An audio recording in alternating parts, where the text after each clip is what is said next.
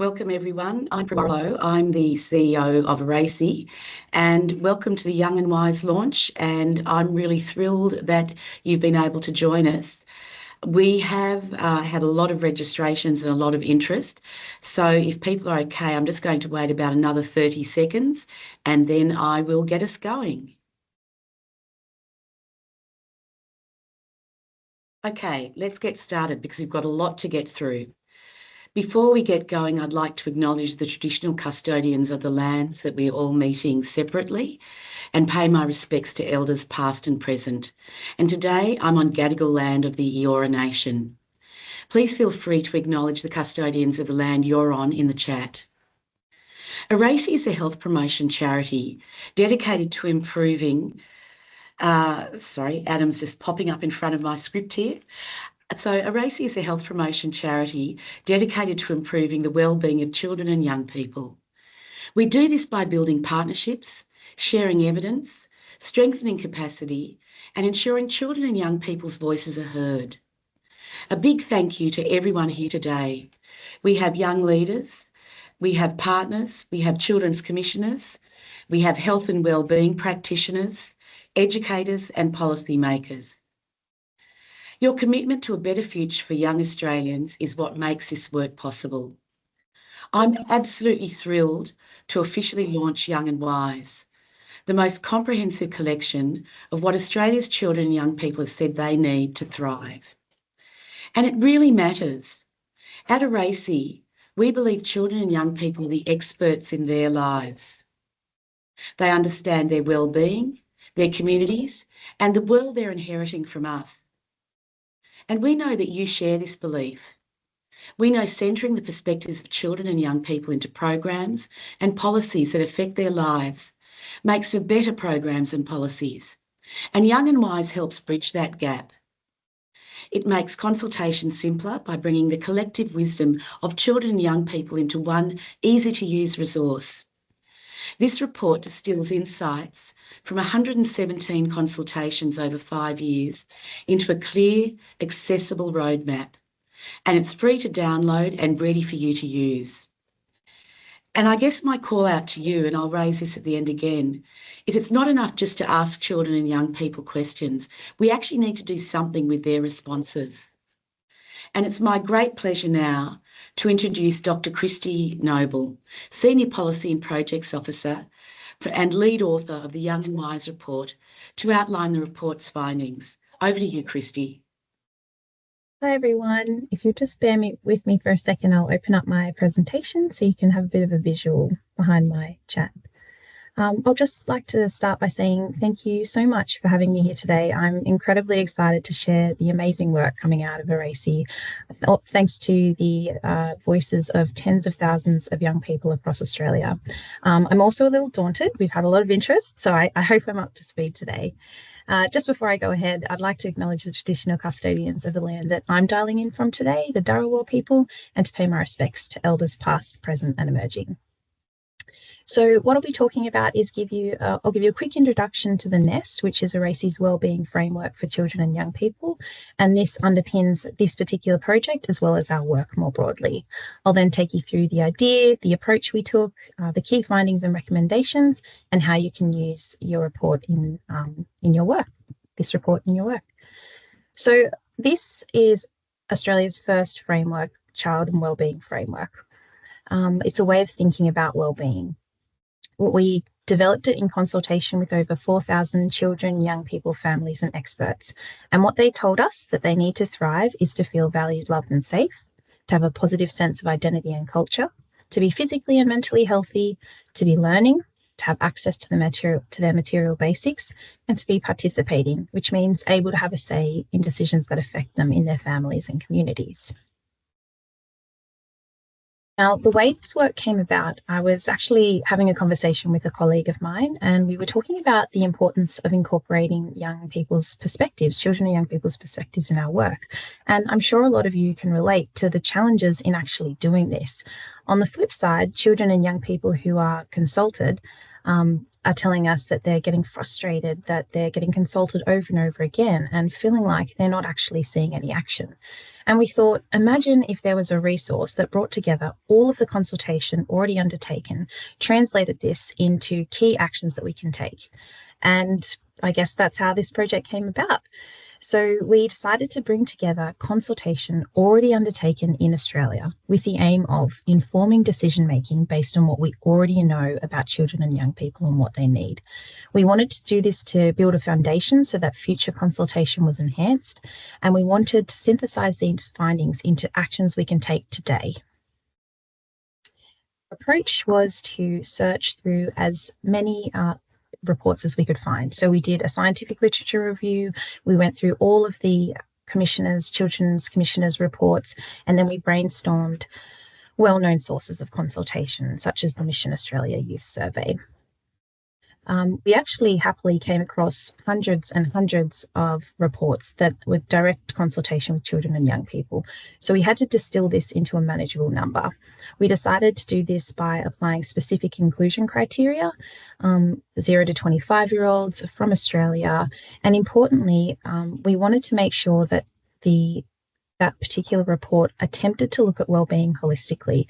The reason for this is that a lot of the time it's adults who are setting research agendas. So there might be, for an example, a paper that looked at the issues, young people's perspectives on public transport.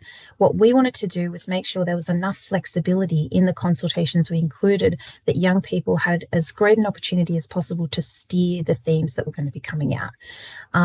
To make this more effective, we made sure that we emphasise the inclusion of qualitative data, which means free text responses, verbal responses, artworks for younger children. We didn't want things like statistics, hospitalisations of 5-year-olds. We wanted their voices to be included.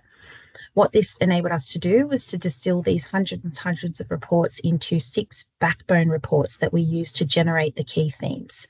We then supplemented these findings by delving deeper into issues that came up. For example, where we found that transitions were stressful, but children transitioning out of the child protection system was particularly challenging, we then cherry-picked particular papers to try and delve deeper into this issue. And we ended up including over 100 reports in total to explore these themes. I'll take you through some of the key findings now. So what we found was that there was a lot of consultation, and a shout out particularly to the Children's Commissioners across Australia who did a real incredible amount of consultation, not only in terms of quantity, but also in targeting diverse groups such as children and young people in contact with the youth justice system or child protection systems, whose voices are often less heard. What we did find was that consultation on a broad scale was heavily slanted towards identifying problems. There was a lot less opportunity for children and young people to weigh in on generating solutions. And we also found that younger children, particularly under the age of 8, were consulted less often. In terms of what mattered most to children and young people, nature, climate, and the environment was extremely prominent from across all ages. So for younger children, this came across as the opportunity to play outside and in nature. For middle years kids, this was all about protecting the environment, making sure that animals were safe. And for older adolescents and young adults, we found that this manifested more so in terms of climate action. Belonging, again, was a really prominent theme across all ages. We found that in younger children, it was very much based on in the home and the family life. Once middle years and adolescence, across middle years and adolescence, the shift about belonging became more focused on peer groups, and issues such as bullying and loneliness became a lot more prominent. And we found that there was quite a dip in sense of belonging throughout that middle years and adolescence period. It was still an issue in younger adults, but it seemed to be slightly less so than that real dip during middle years and adolescence. What we found was that children and young people almost universally felt it was important that the adults listened to them, and this was both in their families and their communities. Unfortunately, some particular groups felt less heard. In family settings, often it was gender diverse young people and females who felt less heard. In health settings, particularly young people with disability felt they had less autonomy over their healthcare decisions. And overall, young children in the child protection system and First Nations young people felt that they had less opportunity overall to have a say.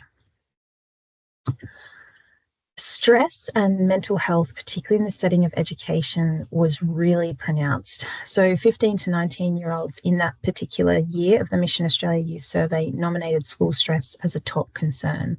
What we were finding was that the transition into high school was quite stressful for kids in the middle years. Once they're in high school, academic pressure, pressure from parents to perform well, as well as a whole bunch of competing demands, juggling a part-time job, extracurricular activities, their social life, and trying to meet these academic demands created a lot of stress for kids in particularly during high school. And then transitioning out of high school was particularly stressful as well, as younger people tried to develop their financial independence, housing independence. We also found that in particular young people in the out-of-home care setting found transitioning to independence particularly challenging, as they didn't feel they were well equipped with the life skills needed to manage independently. We also found that a lot of children and young people recognised that the formal education system was a really good opportunity to be able to equip them with these skills. Things like being able to manage stress, to juggle a study timetable, to support their own mental health and to support the mental health of their peers, as well as to support their well-being more broadly. Again, just looking more overall, we found that there were quite clear gender disparities. I think this came out really well because of the tendency for all of the papers to comment on gender. And we found that females and gender diverse young people had a lot of inequity. It was across a few domains, but particularly around sense of belonging, sense of safety, and mental health. In terms of COVID-19, we found that overall children and young people tended to feel it was something that exacerbated existing issues. Should just put a disclosure that the findings, this report is almost 200 pages long. There is so much rich content in there, and these findings are very high level. So please do go feel free to go see the full report and get some of the detail for your sector of interest. Now, how young people were included. Well, we obviously their feedback was what planted the seed for this particular paper. What can we actually do in response to feedback? In terms of incorporating young people into the report, what we did was we gathered all of the key themes and created a sort of draft of the themes and recommendations we found that were really prominent. We then put a call out through our young networks, so through children's commissioners and other networks that we were aware of, and asked for young people to dial in. We would pay them, and we wanted to get their feedback on whether they thought this was accurate and representative. We hosted 2 1.5-hour long workshops online with about 15 young people and between the ages of 15 to 25. Initially, we asked them, as a young person, do you feel like the priorities identified in this report are a fair representation of your life? We also and overall, we got a really strong yes. We sort of asked them to grade it on a scale of 1 to 5, and it was definitely up in that 4 to 5 section. We also asked, what would you like decision makers to ask you more about? Because a lot of the time it is adults setting this agenda of what to talk about. And we came up with this word cloud. And we also had an open-ended discussion to just give young people sort of free rein on what they might like to say and weigh in. In terms of the key recommendations, again, noting that these are really high level, it became very clear to us that prioritisation of the environment in policy settings is critical. Not only this, but also communicating the prioritisation of climate and the environment in age-appropriate media so that young people feel that their future is in safe hands. Ensuring that we really bring a sense of belonging and connectedness and empower young people to be able to foster that across their social networks was really important, again, across all age groups. Using this formal education system to empower young people to cultivate a positive sense of well-being, to have a strong positive mental health and to enhance their well-being literacy. It was clear that we need to continue and expand on embedding children's voices across all sectors. And in terms of the youngest children from that first 2,000 days, family in the home was so important. It was clear to us that what we need to do, invest heavily in ensuring parents and families have the resources that they need to support their children and the home life the best that they can, to give kids the best start in life. How this report can be used. Well, from a high level, I think these overarching recommendations should be used to influence where we direct resources, and that's at sort of a government level as well as philanthropic level. These are the prominent themes that are coming out. This is what young people have told us they really need us to focus on. I think in terms of a day-to-day level, if you are, an NGO, a local government, a policy advisor, there's lots of ways this report can be used. And I think it's about delving in, going to the full report and navigating to your section of interest and having a look at what young people are saying about your sector. So, for example, if you are a policy advisor working in the child protection space, navigate through to the valued, loved and safe domain and have a look at what young people in the child protection system are saying about their experiences. If you're a school counsellor, in a high school, navigate to the adolescent section and go through and click on learning, see what children and young people are saying about learning. Look across all the domains, see what's happening outside of their educational environments too. As a real life example, I can tell you how we've been using this report. So it's quite clear at the moment that the cost of living crisis is becoming quite a national issue. And we thought to ourselves, well, how's this affecting children and young people? What do they have to say about poverty and material basics? So we went back to the report and we clicked through to material basics, and we found that cost of living and poverty is affecting children and young people across all age groups in very different ways. What we found is that younger children do notice financial stress. They see it in the home in terms of parental conflict and family stress. In the middle years, we're finding that poverty is strongly associated with bullying and social exclusion, as well as reduced quality time with family. They're not able to go on school excursions. They're not able to go out to dinner with their families. For adolescents, cost was actually the biggest obstacle achieving their post-school plans and their career aspirations. And for young adults, it was mostly focused on looking at not having enough food, not having enough money for basics like food and accommodation.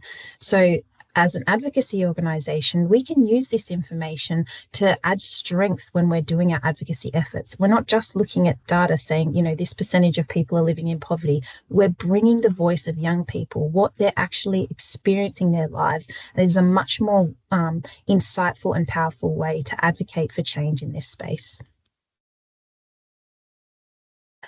I think there was a lot of questions about diversity that came in through the registrations, as well as questions about consultation. And I could do a whole separate webinar on those things, but I'm going to try and just spend a minute addressing those questions now.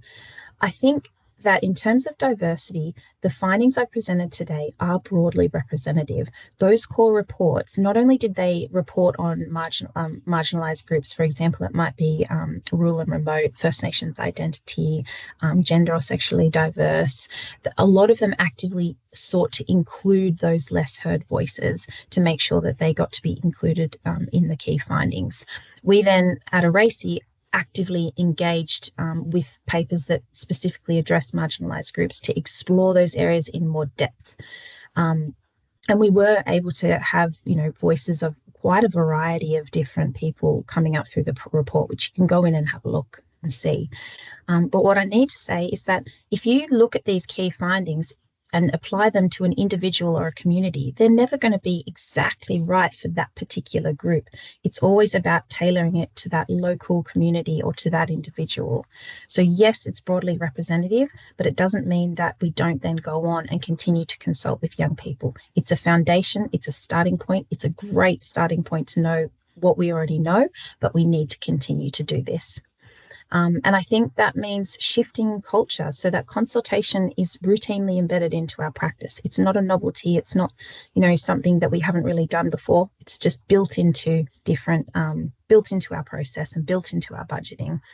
I think we always need to keep in mind that you think about the target of the intervention. So if you're going to, build a healthcare service out in regional Australia, you need to consult with the demographic that particular intervention is designed for. And children and young people are very, very often key stakeholders, diverse children and young people. And the last thing is, I think we need to continue to take active efforts to include the voices of those less heard. Often those are younger voices and voices that are in particularly vulnerable settings such as justice areas, youth justice or child protection. So with that, I think I'm actually finishing up. I'd just like to say thank you so much for taking the time to dial in today and listen to all of the amazing things young people have had to say. And I will be passing back to Prue, I believe, for a Q&A panel. Prue? Thank you so much, Christy, for that fantastic overview of the Young and Wise report, and congratulations on your incredible work bringing Young and Wise to life. I'm really proud to announce that ARACY is committed to keeping Young and Wise at the heart of our work. We're currently recruiting Young and Wise ambassadors to guide our youth engagement and launching a series of Young and Wise roundtables. This will give young people a direct voice on the issues that matter to them and help shape both ARACY's work and influence government policy. I really want to take this moment to thank the Commonwealth Department of Health and Ageing, who not only provided the funding to create the Young and Wise report, but also are working with us on the first set of Young and Wise roundtables on topics such as mental health, social media, alcohol use, nutrition and climate change. And now a change of pace, we're heading into a panel discussion.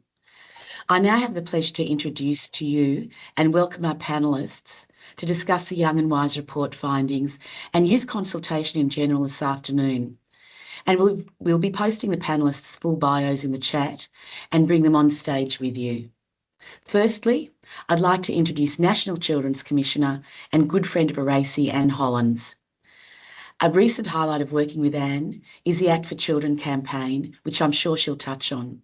And we're particularly proud of her advocacy to reform youth justice in Australia with her report Help Way Earlier. Welcome, Anne. Thank you very much, Prue. Thanks, Anne. Also with us for our panel discussion is Hannah Vardy. And Hannah is studying law, climate change and biology at ANU. And since mid-2023, she's volunteered on the Duty of Care campaign, which aims to enshrine intergenerational fairness in federal legislation. Welcome and thanks for joining us today, Hannah. Thank you, Prue. Okay, as I kick off the Q&A questions with our brilliant panel, I'd also like to invite you to post your questions in the Q&A section, and that button's located at the top of your screen. And I'm going to start off with Anne first. So Anne, in your role and the role of all children's commissioners, it involves constantly consulting with children and young people. Would you be able to share a highlight of your consultations that might have changed your mind, inspired you, or even changed government policy? Prue, this was an impossible question to try to answer very quickly because there were so many inspiring moments. I mean, that's the thing about consulting with kids. You're always refreshed and, surprised, and there's always new stuff to take out of it. But I'll just mention two things. So in the Help Way Earlier consultations, very, very early on, we met with a group in Victoria of young people, and this was about reform of the child justice systems. And one of the participants was from the Koori Youth Organisation, and he said two things that I never forgot. So this was right at the beginning, and now, of course, we're past that project now, and I still use this example. So he challenged me in terms of the questions I was asking. He said, "Commissioner, you're asking the wrong question." And I thought, oh, this is great. So he said, what you're asking is, why are First Nations kids overrepresented in the child protection and youth justice systems? Why are they overrepresented there? But he said, what you should be asking is, why are they underrepresented in the upstream, this is my language now, the upstream systems of health and education in particular? Why are they underrepresented in those services? Of course, that we as taxpayers put a lot of money into, but the kids who most need the help and their families are not getting the benefit of those systems. And so that sort of contrast between the language that we use and the focus that we have on overrepresentation versus underrepresentation, I thought was a very, very smart way to put it. He also said something else. He said, what we're doing in this country is we wait and we wait and we wait until a child is at risk or a child is a risk to the community, and then we come in. We're not doing anything. We're not preventing that predictable and preventable journey. So probably those ideas had a huge influence on the report. And I should just add that the name Help Way Earlier of that report comes from what many of the 150 kids I spoke to in the criminal justice systems, many of them in prison, said to me. They said, we need help way earlier. And that's where Help Way Earlier came from. It's very much harder to point to where it's changed government policy, but I would just like to just round off my answer by saying, I mean, actually, this is one of my issues as well, Prue, that we are now luckily talking to a lot more kids, and your amazing report, and congratulations to everyone at ARACY, Christy and everyone involved. It was just such a joy to read. But it is hard to point to exactly where policy has been changed as a result of what kids have said. And that is the next phase that we have to really work hard on. You know, we are all on a journey here. We're all learning how to incorporate the voices of kids into policy. But we know we've got a lot of voices now. We need to keep getting voices, but we also need to push the translation into policy. And I'll just mention couple of things. One is I've probably heard most when it's been local government level. A lot of local governments now do have their youth advisory groups, and I've met with some of them, and they were able to point to where they were involved in design elements in the local community, you know, be it skate parks or something about the local community area. The kids' views were incorporated there. And of course, schools as well are now much better at involving kids in what, you know, how they operate, what they need at school. And I don't know if this is a direct connection, but 3 weeks after the Help Way Earlier report was tabled in Parliament, the first ever Australian Parliament Senate inquiry into youth justice was announced, and it was a unanimous vote of the Senate, and that's ongoing at the moment. So I'm hoping, and I'd like to claim that the 150 voices of those children, the most vulnerable children in this country, you know, coming from the most dire of circumstances, many of them, that their voices have led to at least an inquiry in the Parliament level, and hopefully some action to come from there. Thanks. Thanks, Anne, and I think you should absolutely be claiming that, because it's a fantastic report, although pretty challenging to read, I have to say, but it's a very important read. I'm going to swing over to Hannah now. I'm really interested, Hannah, to know when and how you became involved in advocacy and what led you to dedicating your time and energy into the Duty of Care campaign. Yeah, certainly. Thank you, Prue. So I first became involved in youth advocacy around the height of the school strikes for climate in around 2019 when I was around 15. And those strikes were really, really powerful. We saw 350,000 people take to the streets from all across the country, from all walks of life, from grandparents to union members to 5-year-olds, people who'd never been engaged in any sort of political action before, but were really campaigning hard. And we saw so many people really caring about leaving behind a safe and livable planet for the next generation. And so that was really, and we know that the Young and Wise report found, for instance, that people from all ages, from 0 to 25, having a safe and livable planet and the natural environment they can enjoy and action on climate change is really, really important to their sense of safety and well-being. And it was really reflected in the number of people that came out onto the streets. And then we heard radio silence from the coalition government at that time. There was the comment from the PM at the time was, "Oh yeah, these kids need to go back to school. What are they doing on the streets?" And so it was this kind of complete sort of abandonment of recognizing the fact that, hey, this actually really matters to young people, and this is something you should take further action on. And so this kind of sparked my involvement in coordinating youth climate action groups for a number of years now, including with the Australian Youth Climate Coalition. And that's really sparked, there's so many people involved in those groups that are not only passionate, not only fighting for their futures, not only incredibly driven, but also very smart, very savvy, and really important kind of political actors, and they really know what they're talking about, and they know what they need to make their voices heard. And so through my involvement with the OSCC, I was speaking at a rally against the middle arm gas hub project being going through the process up in Darwin around the same time as the duty of care bill was being introduced by Senator Pocock in federal parliament. And so I became involved from there. And so for a bit of background, the duty of care bill enshrines in legislation that governments must consider the climate impacts of opening new fossil fuel projects on the health of children and future generations. And so it follows the court case of Sharma v Minister for the Environment, which involved 8 young people who took the Environment Minister to court. And the court initially found that a duty of care to protect children from climate harm in this way did exist.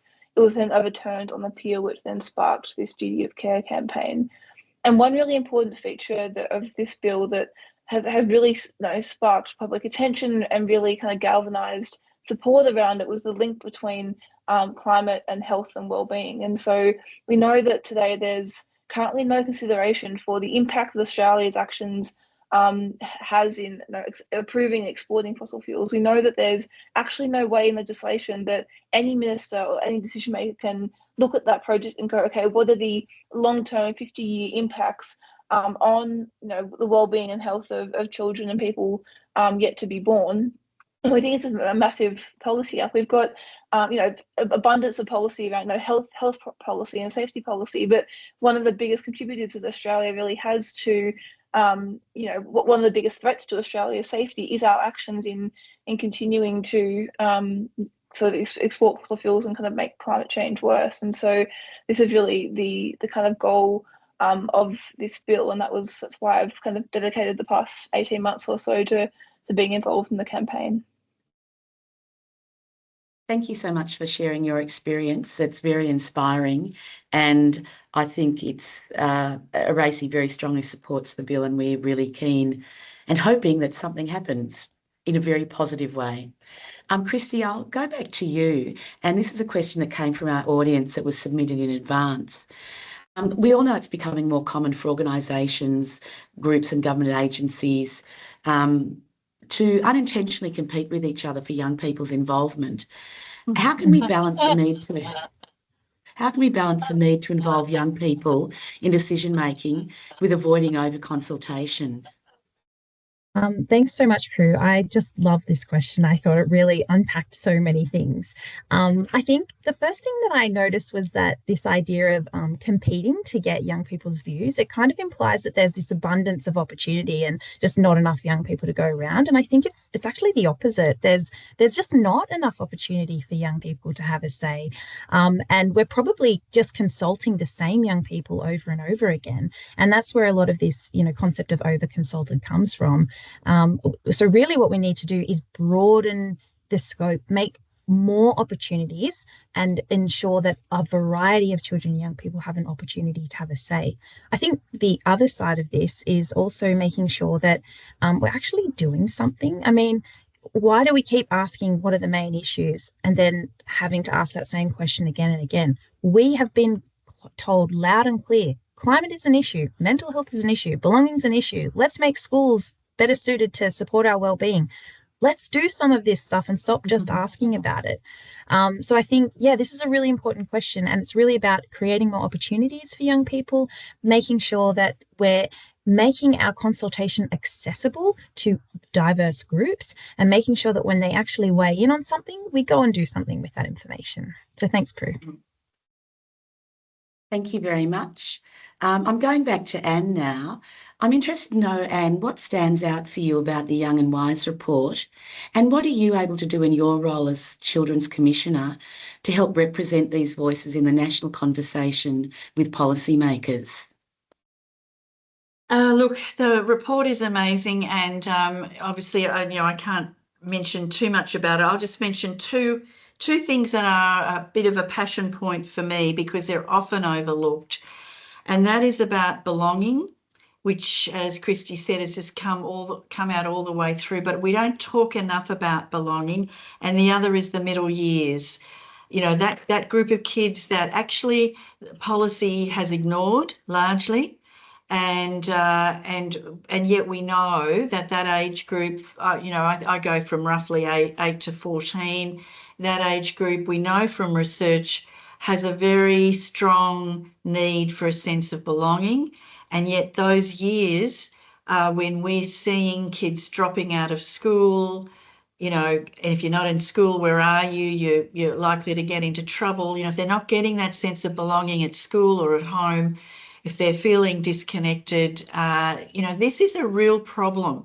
And I don't think we've really got our heads around it yet. There's been a lot of work done on the early years, which of course, I've been involved with and many others and I support. But that, the early years are not an inoculation for life. You've got to sustain the policy effort to ensure that the needs of children are met all the way along. And those middle years, I believe, have been largely overlooked. So, and just on that note of the middle years, I'll just jump for a minute back to my Help Way Earlier report. One of the key things that the children and young people said to us in many places around Australia is that they love sport, but they can't get access to do sport, right? Now, we know kids love sport, right? Or sport or cultural activities, one or the other. But sport was always very big. And we heard that families can't afford the uniforms, the registrations, the transport costs to get kids to training and then their games and whatever. So one of our recommendations, directly from what kids and their families told us, we've recommended that access to sport be made much more affordable, i.e. free. This is not a cost that a rich country like Australia can't bear, and that's like a bit of a no-brainer, because in a lot of communities there's just not much to do, and so kids are just going to hang out and do dumb things, right? So we really need to make sure there's a rich environment for them. That's particularly focusing on those middle years again. Did I answer your question, Prue? I've forgotten what your question was. Yes, and you did. Thank you very much. And I would agree with you. I think that 8 to 14-year-old period is something that's really challenging. There's such an emphasis on births to 5 and 8. And then from 14 up to 24, once you then are able to start working and pay tax, we forget about what happens for 8 to 14-year-olds. So thank you for highlighting that. And I'm going to go back to you. As an advocate based in Canberra, I'm really interested to hear from you about what are some of your and the campaign's positive experiences of being really listened to by decision makers, whether it's pollies, public servants or NGOs? Yeah, certainly. There's a few really kind of highlights of the campaign that really come to mind. The first is we formed a Alliance for a Duty of Care with, I think, around 60 different NGOs and organisations, anyone from the leading healthcare bodies to lawyers to human rights organisations to environment and climate and health organisations. And we've received such not only incredible support from them, but they give us the time and the support and the funds often that we need to kind of do our thing. It's really empowering to also to know that, hang on, we're doing something right here, and they kind of give us the trust and the autonomy that we really need to succeed in the campaign. I think it really highlights what an important point that came out of Chrissy's presentation as well, around young people know what they need. They know what they need to thrive. They know how to engage with their communities, how to kind of push these issues forward, how to galvanize young people around these issues. And so placing that trust and giving us the autonomy that we needed to then run this campaign is really important. So I can't thank those organizations enough for their support throughout the entire campaign. In terms of the more political public service side of things, it's been really interesting the very mixed response from politicians that we've engaged with. Just through the course of advocating for the bill in particular, we've had around 70 meetings with federal MPs and senators from all across the political spectrum. And so anyone from kind of Nationals members to Greens members to all the way in between. And one kind of highlight that one lowlight, I guess, that sticks out, we had you know, we had like Liberal MPs bringing a fake block of uranium in a meeting with a 12-year-old. It's like, how is that actually going to be useful? But then we had really, really positive engagements as well, and also really positive experiences with these young people. And I mentioned the 12-year-olds that we brought, these Year 6 students from a local school here in Canberra. We brought them along to this lobbing day we had in Parliament at the end of 2023. And, you know, we were expecting these 12-year-olds to be, you know, bright and passionate and wanting to learn. But one of them pulled out his notebook in the very first meeting of the day. Sorry, the lights have gone out here. Pulled out his notebook in the very first meeting of the day and said, I think this duty of care bill aligns very well with Labor's policy platform. So it's like, this is not what you expect from a 12-year-old. And it really highlights that, you know, these kids know what they're talking about, and they know that these issues are going to affect the rest of their lives as well, and they're prepared to come and engage. But going back to the question around the positive experiences with politicians, even from within the Labor Party or within the Liberal Party, there's such different views on the importance of youth engagement. So I've been really you know, willing to listen and make those, you know, warm introductions, to coordinate events and coordinate social media campaigns, and actually quite listen to what we had to say, consider it, and then come back to us. And so I almost think the best engagements have been with politicians who almost treat us as adults. I mean, we are adults, right? But treating young people as if we know what we're talking about, and as if we know, you know, how to engage, we know what we need, and we are, you know, quite important political actors. I think we the Gen Z and kind of millennial population make up something like 47% of the voters at the next election, which is kind of the biggest it has been in history. And so it's so important that politicians can understand how to listen, how to take on board these concerns. It's not just kind of this tokenistic kind of people screaming on the streets. It's actually really important to understand some of the issues and some of the unique, the unique issues that are facing young people, and know how to incorporate those into their policies as well, which is why the Young and Wise report is so important, to be able to really distill some of these findings down. Thank you so much, Hannah, for sharing that wisdom. And you reminded me of going to a conference many years ago, and there was a youth panel up on stage. And the key learning for the audience was one young woman that at the very end just said, well, if you just asked me, I could have told you what was wrong and what needed to change. And I just think we don't actually, thinking of Anne's question about we're asking the wrong question, we're not even starting asking the question. So thank you. I'm going back to the audience now, who've posted some really great questions, and one that is an ongoing issue, including for ARACY. And thank you for acknowledging it's a great report, Joe. But what the report really highlighted from Joe was that there's a real lack of consultation for children under 8 years of age. And the question is how we might be able to start turning this around. So I'm happy for anyone to throw in, and I might come in at the end if we need to.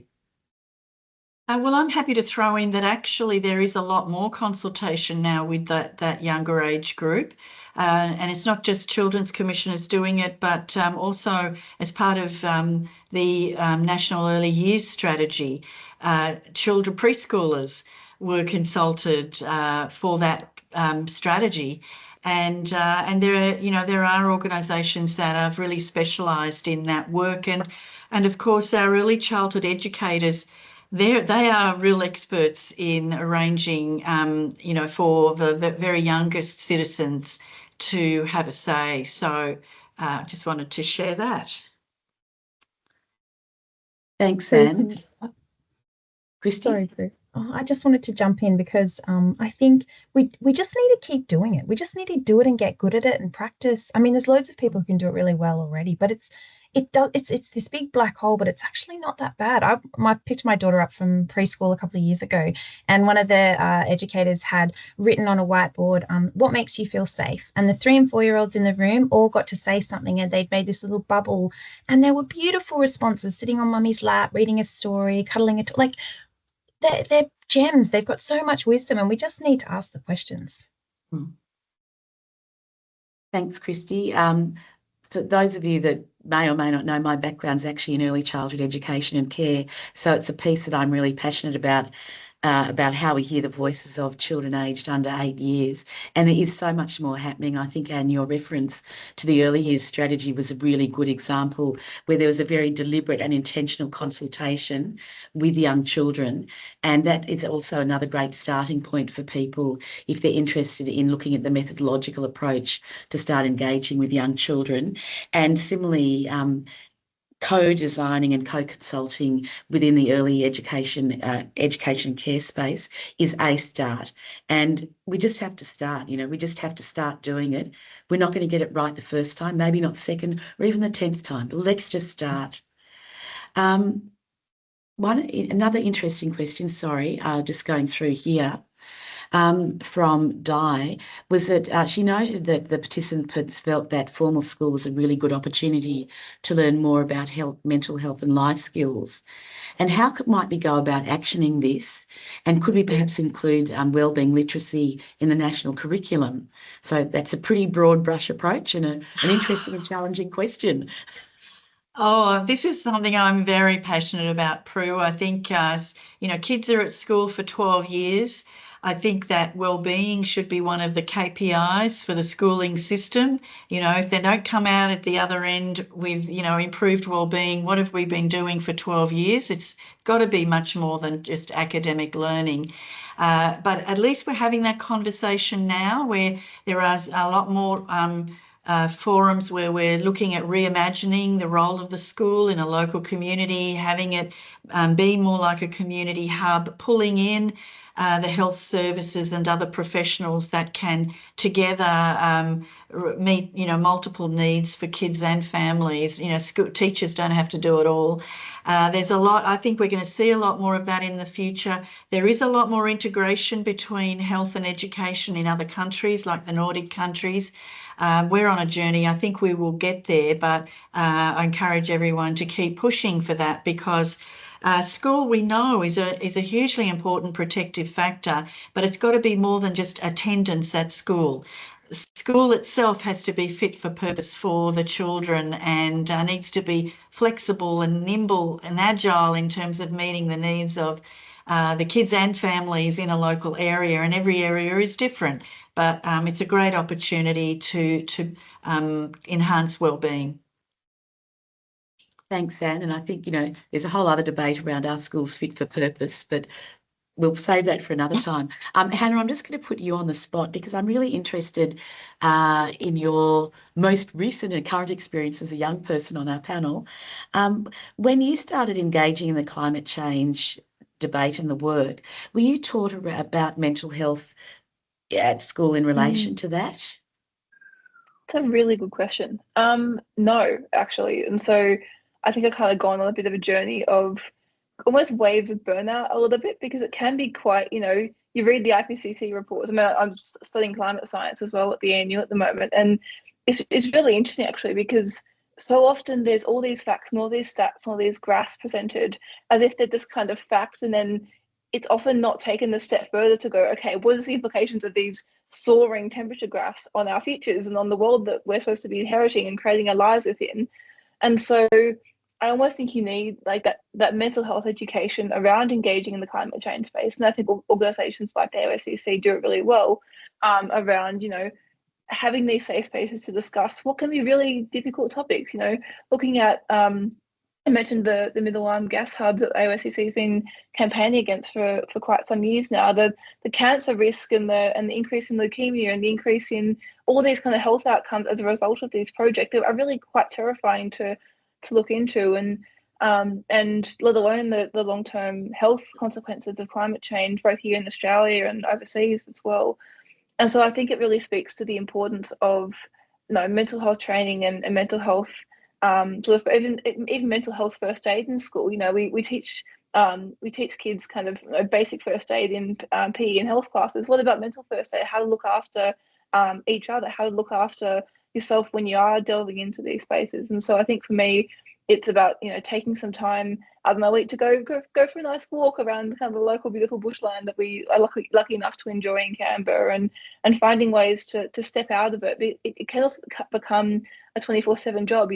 I study, I work, and then I do a number of kind of volunteering things in the climate space. And so it can kind of feel all-consuming sometimes. And so I think I definitely had to learn the hard way the importance of taking time out for yourself, speaking to people about stuff that's not climate change, because it's most of my life these days. And so trying to find ways to really step out of that as well. But yeah, it really speaks to the importance of like embedding that mental health education in schools, in the curriculum, knowing how to take a break, knowing how to look after each other, and yeah, really ensuring that young people have those skills to look after themselves and each other. Thanks, Hannah. I think that's a really good real-life example of the great need for mental health education within the school environment. Absolutely. Christy, I'm going to go over to you, and Kate has posed an interesting question, and I'm hoping that you can get it to the top of your mind. What were the best examples of process in the consultations that you examined as part of the report? So did anything stand out for you around how young people and children were engaged and asked questions? Look, the process was not the focus. So it's not like I have, heaps of expertise on the best process for consulting. Actually, Anne would probably be the person to answer that best. That said, I absolutely loved how young people were consulted through postcards. I thought that was really cool. It was, they got to draw a picture, and I thought that was a way to access so many people of so many different ages. It was inclusive of younger kids where they might not have written literacy yet. So I thought that was a really interesting way to include younger voices, large numbers of voices, and diverse voices. But I don't know if maybe Anne wants to jump in. Well, yeah. I think you've got to be creative, right? So it's got to be fit for purpose for not only the age group, but also the cultural background of the kids and their circumstances and what they lean towards. So we tend to do consultations where we might have a big sheet of paper on the table, and some kids might write stuff, other kids draw pictures. It's whatever is the best thing for them, right? So I think it's about not imposing on kids the process, but actually, in a sense, co-creating it with them. There, you can do it there in the moment, actually, if you have a lot of creative options and materials available and so on. So yeah, go for it. I think it does require a lot of creativity. Prue, while I've got the microphone, in case this is my last chance to speak, there are a couple of things I feel I've got to say, and I don't want to miss, unless you want to come, are you coming back to us? Will I do it now? Go for it, Anne. I don't want us to run out of time, so take the moment. Just in case. So I know that there are people listening who want me to mention the Act for Children campaign. And so that's a broad coalition of organisations that have come together to really look at how we can unify in our messaging to candidates ahead of the next election about the need to prioritise the wellbeing and the human rights of children and young people in this country. I don't need to say any more than that. If you just go to actforchildren.net, a lot of it will be in there, and you'll see a lot of logos of organisations signing up to be part of that group. So please be in touch if you want more information. And just one other thing I wanted to mention, Prue, is that another one of the reports that we did last year, we tend to use what kids say as the title. So in this case, a lot of, when I do consultations, I often at the end of it, I say to kids, out of everything we've talked about today, or you've drawn about, or the focus of the conversation, if I get to meet the Prime Minister, what's the one thing that would make the biggest difference to you that you want me to share with the Prime Minister? And kids love that. They all get very excited. Even young kids will know who the Prime Minister is. And so they really want to put it out there. But one of the key messages that came out, and we titled our report last year on this, is just tell him to do something with what we told you. Just do something with what we told you. So that's what we called the report. Just do something with what we told you. And that really reinforces the message that kids love to have a say, but they also really want to see that their words, their ideas, their wisdom is making a difference in the world. Thanks. Thanks, Anne. I just was making a note for my summary at the end, so I was absolutely listening to you. We're not going to do Mandy's question justice in any way at all, but I am going to see if each of you could respond to this incredibly briefly, because we're going to finish in 5 minutes. So that gives you a minute each. But so her question is a fantastic one. How do we give young people real power? We listen to their voices, but rarely do we give them our power to enact the change they want and need. So you've got a minute each to do that, to try and do justice to Mandy's really fantastic question. Go, Hannah. Thank you. So, gosh, that's a big one to try and end on. I think one thing I think for me really stands out is youth. I mean, there's a problem with asking the questions. There's also a problem with, I think Prue mentioned at the very start, doing something. I mean, Anne said exactly before, doing something with what you told us. And so I think it's about actually showing young people that we are, or showing young people that you are listening, and actually showing how their issues and their concerns and their needs and their rights are being reflected in public policy and in the decisions that are made by government. And so it's almost more kind of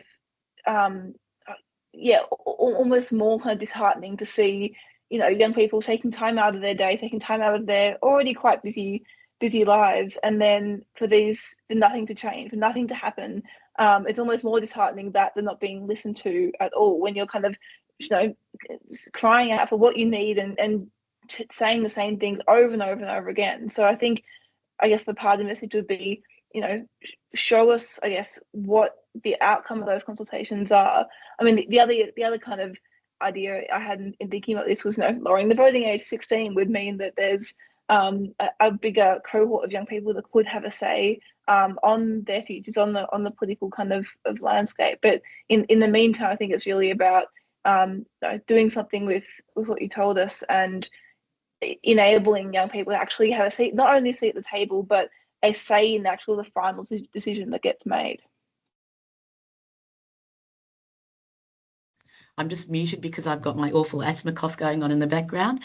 Anne or Christy, would you like to have a brief crack at that one? Christy, do you want to go, or I can go? I'll go. So I'll go. So you can be the final. Okay. Final one. I'm going to say something a little bit out there and say maybe we shouldn't actually be giving young people real power. I think that puts a lot of responsibility on them.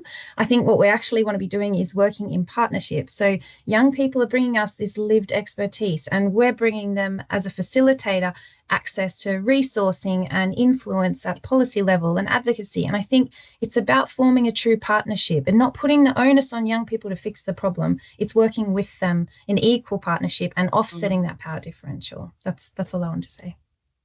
Thanks, Christy. Anne. And I'll just quickly build on what both Hannah and Christy have said.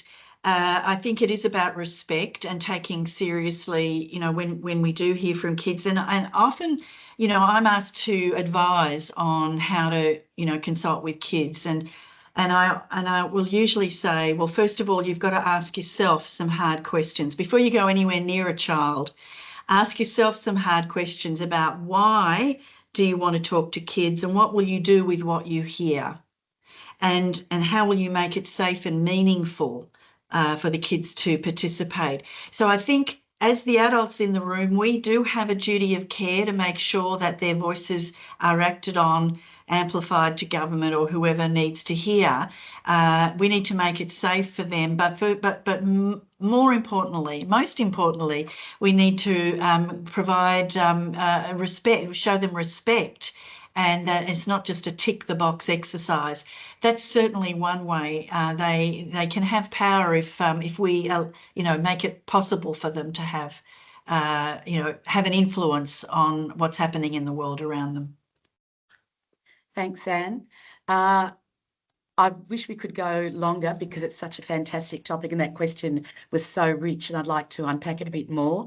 We are at the end of our webinar. I want to encourage all of you to bring this work into your spaces. The report is now in the chat, so you can get the link there. Very quickly, my challenge to you is let's make sure children and young people aren't just being consulted, that they're actively invited to shape the future alongside us. So they have a say, they have a seat, we provide a feedback loop, and we just start doing it.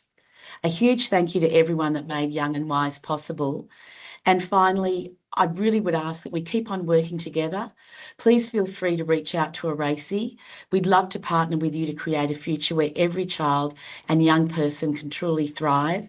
Thank you so much for joining us. And I want to thank Anne, Hannah and Christy so much for their commentary and sharing all of their experience. So thank you all and enjoy the rest of your afternoon.